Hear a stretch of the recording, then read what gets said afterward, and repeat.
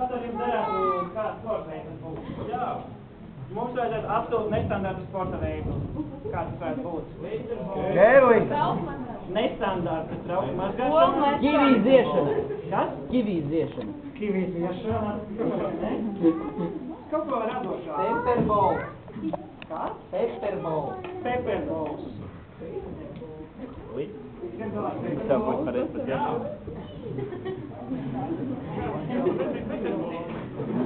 Pareizi, bet visi zinām pepperballs. Labi, 3, 2, 1, aiziet. Labvakar, cienījamās skatītāji, šodien mēs tieši ēterā un mēs novērojam pepperballu. Pie manis studijā pepperballu eksperts Pepperballi.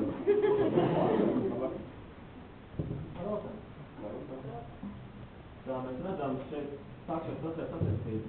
Ko jūs varētu pateikt, kāds ir šitās sacensības sākums? Vispirms, kad malējais izraujās vadībā, pārējā neapolējām.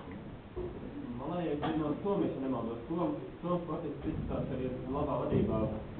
Viņš cīnās pārējā pilnīgi atpaliek. Šīši vidējais, no kuriem ir vidējais, ir labāk viņam? No Bangladešas viņš ir pieredzējis, viņam ir 84 gadi. Bet kā viņš raujās klāt, kā viņš raujās. Tiešām tad notiek dzīvi. Gados viņš tas ir neatļauts. Jā, sportists no Gruzijas izskatās, ka pielētās izskatās paņēmēs. Bangladešas sportists jau bija zem, vai viņš spēc atpūties, viņam kāds arī? Es domāju, ka Jā. ko tas Gruzijas dara? Nē, izskatās, ka viss nokārtojas. Bangladešas sportists paņēma visu. Viņš tai sājām vai dara labāk, šī laikam vērtījām darbības. Tīlu dzitu liekas izrauties vadībā. Pēdējie metri ļoti tīlu cīņā.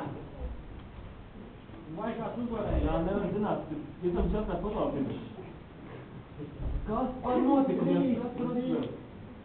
Jā, tomēr uzvarēja nozīmīgi. Jā, viņš pārmet savu auru uz priekšu, tad fotogrāfijas tā bija pirmā izcila. Redzēt, nolaskarīties arī. Mēs atkārtojam nedaudz. Jā, kāds ir atkārtojums? Vēl nedaudz atpakaļ paciņiem. Jā. Tieši šajā vietā lēnām uz priekšu. Kāda cīņa, kā Gruzija izgājas vadībā. Jā. Vai bija izdarēšanas patverēt? Jā, tas ir Gruzījiem, tas ir tipiski.